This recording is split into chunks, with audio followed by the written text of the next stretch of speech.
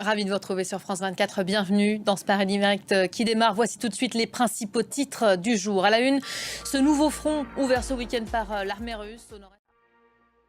La rumeur courait depuis des semaines. Elle s'est donc confirmée ce week-end. Les Russes ont ouvert ces derniers jours un nouveau front dans la région de Kharkiv. Plusieurs villages ont été soudainement attaqués. Vendredi, des milliers de civils ont été depuis contraints de fuir. Ce matin encore, Volodymyr Zelensky faisait état de combats féroces sur une grande part de la frontière russe où l'armée... Voilà, et sachez que l'Ukraine vient d'annoncer le remplacement de son commandant militaire à Kharkiv face, je le cite, à l'offensive russe en cours. L'Ukraine qui revendique des frappes également sur des sites énergétiques dans l'ouest de la Russie, notamment visé un terminal pétrolier et une sous-station électrique dans les régions de Belgorod et Lipetsk. La situation tactique sur le terrain s'accompagne aussi de changements au sommet de l'état-major russe. L'occasion de revenir à la situation sur le terrain et sur ce nouveau front, notamment à 13h avec notre invité du jour. Au Proche-Orient maintenant, les forces israéliennes ont encore renforcé ce matin leur offensive dans le camp de réfugiés de Jabalia.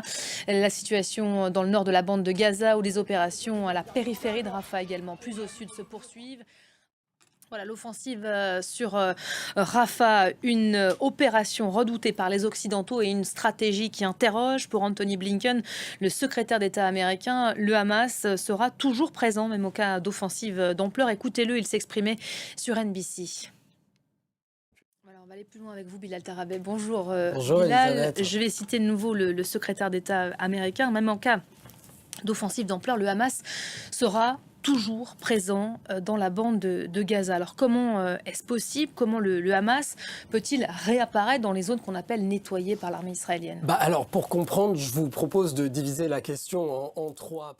Merci beaucoup Bilal pour le décryptage à l'heure où cette opération, cette intervention terrestre sur Rafah se fait toujours attendre. Dans le reste de l'actualité internationale, il y a aussi ces images que vous allez découvrir dans un instant. Après Microsoft ce matin, Emmanuel Macron se déplace désormais à l'usine McCain de Matoug dans la Marne. Voilà pour l'essentiel dans cette mi-journée.